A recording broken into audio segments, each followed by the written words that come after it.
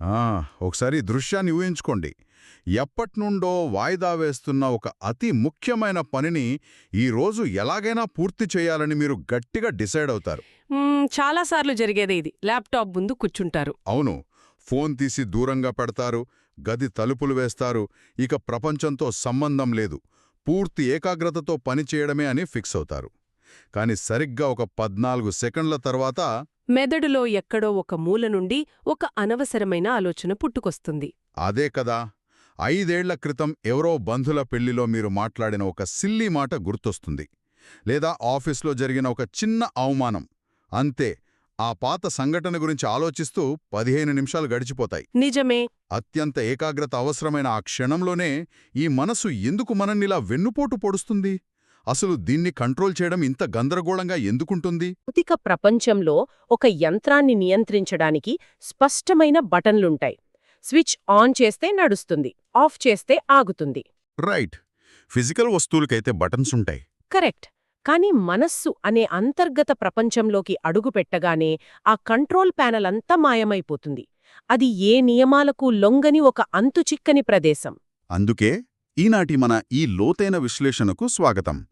రోజువారీ సమాచార కోలాహలంలో ముఖ్యమైన విషయాలను గ్రహించడానికి ఇదొక చక్కని వేదిక. ఈనాటి మన లక్ష్యమేంటంటే బౌద్ధ వాంగ్మయంలోని అత్యంత ప్రామాణిక గ్రంథమైన ధమ్మపదం. అద్భుతమైన గ్రంథం. అందులో ముఖ్యంగా చిత్తవగ్గో అంటే మనస్సు గురించి వివరించే అధ్యాయమన్నమాట. అందులోని 33 నుండి 40 వరకు ఉన్న శ్లోకాలను మనం ఈరోజు పరిశీలించబోతున్నాం. అవును. మనం ఈరోజు ఏదో గాల్లో తేలిపోయే వేదాంతం మాట్లాడుకోవడం లేదు. దైనందిన జీవితంలో, ఒక మీటింగ్లో ఉన్నప్పుడు, లేదా ఏదైనా పనిమీద దృష్టి పెట్టాలనుకున్నప్పుడు ఈ చంచలమైన మనస్సును ఆచరణాత్మకంగా ఎలా కంట్రోల్ చెయ్యాలి అనే ఖచ్చితమైన వ్యూహాలను డీకోడ్ చేద్దాం. ఖచ్చితంగా. ధమ్మపదంలోని ఈ 8 శ్లోకాలు కేవలం ప్రాచీన పద్యాలు కావు. అవి మానవ మనస్తత్వాన్ని అత్యంత లోతుగా విశ్లేషించిన సైకలాజికల్ మాన్యువల్స్ లాంటివి. ఓహో, సైకలాజికల్ మాన్యువల్స్. అవునండి. మనస్సు ఎలా పనిచేస్తుంది, అది ఎందుకు పదే పదే దారి తప్పుతుంది, దానిని తిరిగి ఏకాగ్రతలోకి ఎలా తీసుకురావాలి అనే విషయాలపై స్పష్టమైన యంత్రాంగాన్ని ఇవి వివరిస్తాయి. సరే, దీన్ని కొంచెం వివరంగా చూద్దాం. మనస్సును నియంత్రించాలంటే ముందు అది ఎంత అస్థిరమైందో అంగీకరించాలి కదా. ఆధునిక కాలంలో మనస్సును ఎప్పుడూ నోటిఫికేషన్లతో మోగిపోయే ఒక స్మార్ట్ఫోన్తో పోల్చవచ్చు అనుకుంటా. చాలా మంచి పోలిక. అంటే మన బ్రెయిన్ నిరంతరం డోపమైన్ అనే రసాయనానికి అలవాటు పడిపోయింది కదా. సోషల్ మీడియాలో ఒక లైక్ రాగానే మెదడులో ఆనందం కలిగించే ఒక చిన్న స్పార్క్ వస్తుంది. నిజమే. ఆ ఉద్దీపనలకు మనం బానిసలమైపోయాం. దానికి అలవాటు పడిన మనసును సడన్గా తీసుకువెళ్ళి కళ్ళు మూసుకుని ప్రశాంతంగా కూర్చోవాలని ఆర్డరేస్తే ఏమవుతుంది? అది తట్టుకోలేక గిలగిలలాడుతుంది. ఇదే విషయాన్ని ధమ్మపదంలోని 34వ శ్లోకం కళ్లకు కట్టినట్లు వివరిస్తోంది కదా. అవును, 34వ శ్లోకంలో వాడిన ఉపమానం అద్భుతంగా ఉంటుంది. నీటిలో స్వేచ్ఛగా తిరిగే చేపను పట్టుకొని ఒక్కసారిగా నేలమీద పడేస్తే అదేమవుతుంది? ప్రాణాపాయం నుండి తప్పించుకోడానికి విలవిలలాడుతూ కొట్టుకుంటుంది. కరెక్ట్. పదే పదే బాహ్య ఉద్దీపనలకు, మాయకు అలవాటు పడిన మనస్సును వెనక్కి రప్పించడానికి ప్రయత్నించినప్పుడు కూడా అది అలాగే తల్లడిల్లుతుంది. మీరు చెప్పిన డోపమైన్ ఉదాహరణ ఇక్కడ సరిగ్గా సరిపోతుంది. అంటే తనకి అలవాటైన ఆహారం దొరకనందుకు గిలిగిలలాడుతోందన్నమాట. అదేనండి, మనసు తన అలవాటైన వ్యసనాన్ని కోల్పోయినప్పుడు భౌతికంగా ఒక రకమైన ఎగ్జిస్టెన్షియల్ పానిక్ అంటే అస్తిత్వ భయాన్ని అనుభవిస్తుంది. నాకు ఆ నోటిఫికేషన్ కావాలి, ఆ ఉద్దీపన కావాలి, లేకపోతే నేను ఉండలేను అని గొడవ చేస్తుంది. Right right. ఆ ఆరాటాన్ని చూసి మనం కంగారు పడకూడదు. అది మనసు యొక్క సహజ లక్షణం అని మొదట మనం అంగీకరించాలి. ఇది వింటుంటే చాలా రిలాక్సింగ్గా అనిపిస్తుంది. అంటే ధ్యానం చేయడానికి కూర్చున్నప్పుడు మైండ్ అటూ ఇటూ పరిగెడితే అరే నాకెందుకు ఏకాగ్రత కుదరట్లేదు అని మనల్ని మనం తిట్టుకోకూడదు. ఖచ్చితంగా తిట్టుకోకూడదు. చేపను నేలమీద వేస్తే అది కొట్టుకోకుండా ప్రశాంతంగా యోగాముద్రలో కూర్చోదు కదా. అది సహజం. మరి ఈ నేలమీద పడ్డ చేపను ఎలా సముదాయించాలి, ఎలా దారికి తీసుకురావాలి? దానికి సమాధానమే మనకు 33వ శ్లోకంలో కనిపిస్తుంది. ఇక్కడ బుద్ధుడు ఒక బాణాలు తయారు చేసే కళాకారుడి ఉదాహరణను తీసుకున్నాడు. ఆరోమేకర్. అవును. చపలమైనది, అస్థిరమైనది అయిన ఈ మనస్సును బాణాలు తయారు చేసేవాడు బాణాన్ని తిన్నగా చేసేటట్లుగా బుద్ధిమంతుడు తిన్నగా ఉంచుకుంటాడు అని ఆ శ్లోకం చెప్తుంది. ఇక్కడ ఆశ్చర్యకరమైన విషయం ఏమిటంటే ఆ కళాకారుడు బాణాన్ని తిన్నగా చేసే పద్ధతి. ఆ పద్ధతిలో ఉన్న ప్రత్యేకతేమిటి? ఒక వంకరగా ఉన్న చెక్క ముక్కను తీసుకుని దానిపై కోపంతో బలవంతంగా వంచితే ఏమవుతుంది? ఏమవుతుంది? ఆ చెక్క టప్మని విరిగిపోతుంది? మనస్సు కూడా అంతే. ఫోన్ పక్కన పెట్టి కళ్ళు మూసుకోగానే ఆలోచనలు పరిగెడుతుంటే దానిపై కోపగాంచుకొని నేను ఏమీ ఆలోచించకూడదు అని బలవంతంగా అణచివేయాలని చూస్తే అది మరింతగా తిరగబడుతుందంటారా? అవును, తీవ్రమైన ఒత్తిడికి గురవుతుంది. కళాకారుడేం చేస్తాడంటే ఆ వంకర బాణాన్ని ఒక చిన్న మంటపై కొద్దిగా వేడి చేస్తాడు. ఆ వేడికి ఆ చెక్క మెత్తబడుతుంది. అప్పుడు అత్యంత శ్రద్ధతో చాలా నెమ్మదిగా దానిని తిన్నగా మారుస్తాడు. ఓహో! అంటే మనం కూడా మన మనస్సును మార్చడానికి ఆ వేడిని ఉపయోగించాలన్నమాట. ఆ వేడి అంటే మనపై మనం చూపించుకునే కరుణ, సహనం లేదా ఎరుక అని నేననుకోవచ్చా? ఖచ్చితంగా. బలవంతపు అణచివేత ఎప్పటికీ పని చెయ్యదు. ఆలోచన వచ్చినప్పుడు దానిని గుర్తించడం, కోపగించుకోకుండా మళ్లీ శ్వాసం మీదకో లేదా చేస్తున్న పనిమీదకో సున్నితంగా మనస్సును మళ్లించడం, ఇదే ఆ కళాకారుడు చేసే పని. ఈ అణచివేతకు, సున్నితమైన నిగ్రహానికి ఉన్న డిఫరెన్సు చాలా బాగా చెప్పారు. బలవంతంగా కాకుండా బతిమాలి దారికి తెచ్చుకోవాలి. అయితే అసలీ మనస్సును ఎందుకు అంత శ్రద్ధగా పట్టుకోవాలి? దాన్ని అలాగే స్వేచ్ఛగా వదిలేస్తే వచ్చే సమస్యేమిటి అనే సందేహం వస్తుంది కదా. బహుశా అది అత్యంత సూక్ష్మమైనది కాబట్టేనేమో. 35, 36, 37 శ్లోకాలు మనసు యొక్క అగోచరమైన స్వభావాన్ని వివరిస్తున్నాయి కదా. అవును. 35 మరియు 36 శ్లోకాల ప్రకారం చూస్తే మనస్సు నిగ్రహించడానికి కష్టమైనది మాత్రమే కాదు, అది అత్యంత సూక్ష్మమైనది. దాన్ని పాలిలో సునిపుణమంటాలు. కోరిన చోటకి కాంతివేగంతో పరిగెత్తేది. భౌతికంగా ఉన్న చేపను లేదా బాణాన్ని మనం చేతులతో పట్టుకోవచ్చు. కాని మనసుకు భౌతిక రూపమే లేదు కదా. దాన్ని కేవలం అంతర్గత పరిశీలన ద్వారా మాత్రమే రక్షించుకోగలం. ఇక్కడే అసలు విషయం చాలా ఆసక్తికరంగా మారుతోంది. నాకొక బలమైన సందేహం వస్తోందిక్కడ. చెప్పండి. 37వ శ్లోకం వింటే మనస్సు గురించి ఒక అద్భుతమైన వర్ణన కనిపిస్తుంది. మనస్సు చాలా దూరం ప్రయాణిస్తోంది, ఒంటరిగా తిరుగుతోంది, దానికి శరీరం లేదు, కేవలం హృదయ గుహలో నివసిస్తుంది అని చెప్పారు. అవును, అశరీరం గుహాశయం అంటారు. రైట్. దానికి శరీరమే లేదు, దానికి భౌతికమైన మాస్ లేదు. ఎక్కడో లోపల ఉండే ఆ అగోచరమైన మనస్సు బయట ఉన్న మన భౌతిక వాస్తవికతను ఇంతలా ఎలా శాసించగలుగుతోంది? మన ప్రవర్తనని ఎలా కంట్రోల్ చేస్తోంది? అంటే దీన్ని మనం ఒక విస్తృత కోణంలో చూస్తే అసలు మనస్సు యొక్క ఆ రూపం లేనితనమే దాని అతిపెద్ద బలమని మనకు అర్థమవుతుంది. భౌతికమైన వస్తువులకు గురుత్వాకర్షణ, కాలం, దూరం లాంటి పరిమితులుంటాయి. అవును, ఫిజికల్ లాస్ ఉంటాయి. కాని మనస్సుకు ఆ భౌతిక పరిమితులు లేవు కదా. అందుకే అది సెకండ్లో 100వ వంతు కాలంలో మీ గదిలోంచి 10 ఏళ్ల క్రితం జరిగిన ఒక సంఘటనలోకి గాని, రేపు జరగబోయే ఒక ఊహాత్మక మీటింగ్లోకి గాని ప్రయాణించగలదు. వావ్, నిజమే. అది శారీరక కదలికల కంటే వేగంగా స్పందిస్తోంది. మీరు ఏ పని చేసినా అది ముందు మీ మనస్సులో ఒక సూక్ష్మమైన ఆలోచనగా మాత్రమే మొదలవుతుంది. ఆ తర్వాతే అది నాడీ వ్యవస్థ ద్వారా భౌతిక చర్యగా మారుతుంది. ఇది వింటుంటే నాకు ఆ శ్లోకంలో ఉన్న ఒంటరిగా తిరుగుతుంది అంటే ఏకచరం అనే పదం గుర్తొస్తోంది. ఈ పదం చాలా ఆసక్తికరంగా ఉంది. మనం ఒంటరిగా ఉన్నా లేదా 10 మందితో ఉన్నా మనసు ఎలాగూ మనతోనే ఉంటుంది కదా. మరి దానిని ప్రత్యేకంగా ఏకాంత ప్రయాణికుడు అని ఎందుకన్నారు? ఆ పదం వెనుక ఒక అద్భుతమైన సైకలాజికల్ మెకానిజం ఉందండి. మీరు వందలాది మంది ఉన్న జనసమూహంలో ఉండొచ్చు, లేదా ఎంతో ముఖ్యమైన అధికారిక మీటింగ్లో మీ బాస్తో కూర్చొని మాట్లాడుతుండొచ్చు. మీ భౌతిక శరీరం ఆ గదిలో అందరితో పాటు ఉంటుంది. ఫిజికల్గా అక్కడే ఉంటాం. కాని మీ మనస్సు, అది బహుశా మీరు ఉదయం ఇంట్లో పడిపోయిన కాఫీ కప్పు గురించో లేదా నా ఫోన్ పాస్వర్డ్ మర్చిపోయానే అన్న కంగారు గురించో తన లోపలి ప్రపంచంలో ఏకాంతంగా ఆందోళన పడుతుంటుంది. కరెక్ట్. బయట ఎంతున్నా లోపలదెప్పుడూ తన స్వంత ప్రయాణంలోనే ఉంటుంది. ఆ ఏకాంత ప్రయాణికుణ్ణి మనం గమనించకపోతే మనం ఎక్కడున్నా శారీరకంగా ఉన్నట్లే కాని మానసికంగా అక్కడ లేనట్లే. అంటే మనం మల్టీటాస్కింగ్ చేస్తున్నాం అనుకుంటాం, కానీ వాస్తవానికి ఈ ఏకాంత ప్రయాణికుడు ఎప్పుడూ ఎక్కడో వేరే ప్రపంచంలో తిరుగుతుంటాడనమాట. సరే, పరుగెత్తే ఈ ప్రయాణికుణ్ణి పట్టుకోవడానికి ప్రయత్నిస్తే అలిసిపోతామని అనిపించొచ్చు. అలాంటప్పుడు దాన్ని పట్టుకోవాల్సిన అవసరమే ఉంది. దాన్ని దాని మానాన వదిలేస్తే వచ్చే నష్టమేమిటి? దాన్ని అలాగే వదిలేస్తే ఏమవుతుందో 38వ శ్లోకం చాలా స్పష్టంగా వివరిస్తుంది. ఎవరి మనస్సైతే నిరంతరం అస్థిరంగా ఊగిసలాడుతుంటుందో, ఎవరైతే సత్యాన్ని స్పష్టంగా గ్రహించలేరో వారికి ప్రజ్ఞ ఎన్నటికీ పరిపూర్ణం కాదు అంటుందా శ్లోకం. అంటే జ్ఞానం దక్కదు అంటారా? ఒక చిన్న ఉదాహరణ చెప్తాను. ఒక నీటి మడుగుందనుకోండి. అందులో నీరు నిరంతరం అలకల్లోలంగా కదులుతూ ఉంటే అందులో అడుగున ఉన్న రాళ్లు కాని పైన ఆకాశం కాని స్పష్టంగా ప్రతిబింబించవు కదా. నీడ క్లియర్గా కనిపించదు. అస్థిరమైన మనస్సులో సత్యం కూడా అలాగే వికృతంగా కనిపిస్తుంది.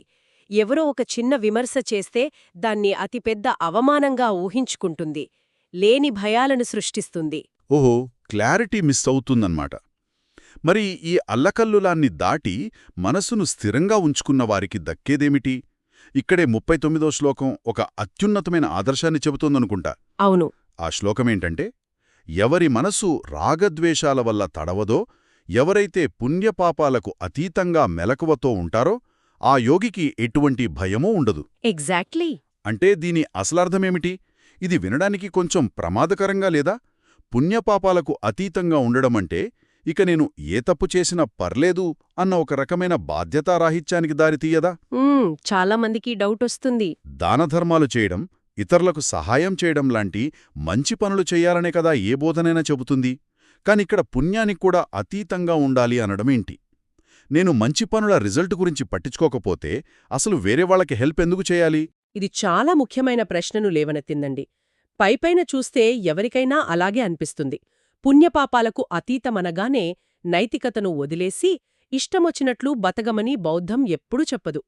బౌద్ధంలో కర్మ సిద్ధాంతం ప్రాథమికమైనది. రైట్. కాని ఇక్కడ మనం మాట్లాడుతున్నది ఆ ప్రాథమిక దశను దాటిన ఒక పరిపూర్ణమైన జాగ్రత్తావస్థ గురించి. దీన్ని అర్థం చేసుకోవాలంటే అసలు మనం పనులు ఎందుకు చేస్తామో అనే ఆ మెకానిజంను చూడాలి. అంటే మన ఇంటెన్షన్ ఏంటి అని కదా? అవును. సాధారణంగా మనం ఒక మంచి పని చేసినప్పుడు నేను 10 మందికి అన్నం పెట్టానో, నాకు స్వర్గం వస్తుందనో, లేదా సమాజంలో నాకు మంచి పేరు వస్తుందనో ఆశించి చేస్తాం. దాన్ని రాగం అంటారు. అంటే అటాచ్మెంట్. పాయింట్. ఒకవేళ మీరు ఆశించిన ఆ కీర్తి రాకపోతే వెంటనే కోపం లేదా నిరాశ వస్తుంది. దాన్ని ద్వేషం అంటారు. ఓహో, అంటే పుణ్యం చేయడం కూడా ఒక రకమైన వ్యాపారంలాగా, ఒక లావాదేవీలాగా మారిపోయిందనమాట. నా ఈగోను పెంచుకోవడానికి నేను ఈ మంచి పనులను వాడుకుంటున్నాను. సరిగ్గా చెప్పారు. మీరు ప్రతిఫలాన్ని ఆశించి మంచి చేసినా అది మిమ్మల్ని మరొక మానసిక బంధంలోకి నెడుతుంది. మరి పుణ్యపాపాలకు అతీతంగా ఉండటమంటే ఏంటంటే, ఒక ఆకలితో ఉన్న వ్యక్తికి అన్నం పెట్టడమనేది ఒక మనిషిగా ఆ క్షణంలో చెయ్యాల్సిన సరైన ధర్మం కాబట్టి చేస్తారు. అందులో ఎక్స్పెక్టేషన్ ఉండదు. కరెక్ట్. అందులో అపారమైన కరుణ ఉంటుంది. కానీ నేను గొప్పవాడిని అనే అహంకారం ఉండదు. భవిష్యత్లో నాకేదో లాభం వస్తుందనే ఆశ అసలే ఉండదు. వావ్. అలా ప్రతిఫలాపేక్షం లేకుండా, అహంకారం లేకుండా పనిచేసే ఆ స్వచ్ఛమైన స్థాయినే పుణ్యపాపాలకు అతీతమైన మెలకువ అంటారు. ఏ పని తన స్వార్థం కోసం చేయడు కాబట్టి ఆ యోగికి భవిష్యత్తు గురించి, ఫలితాల గురించి ఎటువంటి భయమూ ఉండదు. ఇది నిజంగా నా ఆలోచన విధానాన్నే మార్చేస్తోంది. మనం సాధారణంగా క్రమశిక్షణ లేదా ధర్మం అంటే మనల్ని మనం బాధ పెట్టుకుని ఏదో సాధించడం అనుకుంటాం. కానీ భయం అనేది కేవలం మనం దేనినైనా పట్టుకుని వేలాడుతున్నప్పుడే వస్తుందని ఇప్పుడు నాకు అర్థమైంది. అవునండి. ఆ పట్టుకోవడం లేకపోతే భయం కూడా ఉండదు. సరే, ఇదంతా సిద్ధాంతపరంగా వినడానికి చాలా బావుంది. కానీ రోజువారీ జీవితంలో, ఆఫీసులో టార్గెట్లు, ఇంట్లో సమస్యలు, చేతిలో నిరంతరం ఏడిపించే స్మార్ట్ఫోన్, ఇలాంటి వాటన్నింటి మధ్య మనం ఈ తత్వాన్ని ఎలా అప్లై చెయ్యాలి? ఈ పోరాటంలో మనకున్న ఆయుధాలేమిటి? దీనికి సమాధానమే ఈనాటి మన విశ్లేషణలోని చివరిదైన 40వ శ్లోకంలో ఉంది. ఆ శ్లోకమేం చెబుతుందంటే, ఈ భౌతిక శరీరం ఒక మట్టికుండలాంటిదని తెలుసుకుని మనసును ఒక పటిష్టమైన కోటలా నిర్మించుకోవాలి. ప్రజ్ఞ అనే ఆయుధంతో మాయను ఎదిరించాలి. అంతటితో ఆగకుండా జయించిన దానిని రక్షించుకోవాలి తప్ప ఆ విజయ గర్వంపై మోహం పెంచుకోకూడదు. అవును. ఇది పూర్తిగా ఒక డిఫెన్స్ స్ట్రాటజీ లాంటిది. ఈ భౌతిక ప్రపంచం ఎంత పెళుసైనదో గ్రహించి మనసును బలోపేతం చేసుకునే ఒక ఫ్రేమ్వర్క్ ఇది. నాకిక్కడ ఒక ఆలోచన వస్తోంది. ఈ అద్భుతమైన రూపకాన్ని మన ఆధునిక టెక్నాలజీ ప్రపంచంతో పోల్చి చూస్తే మరింత సులభంగా అర్థమవుతుందేమో. చెప్పండి.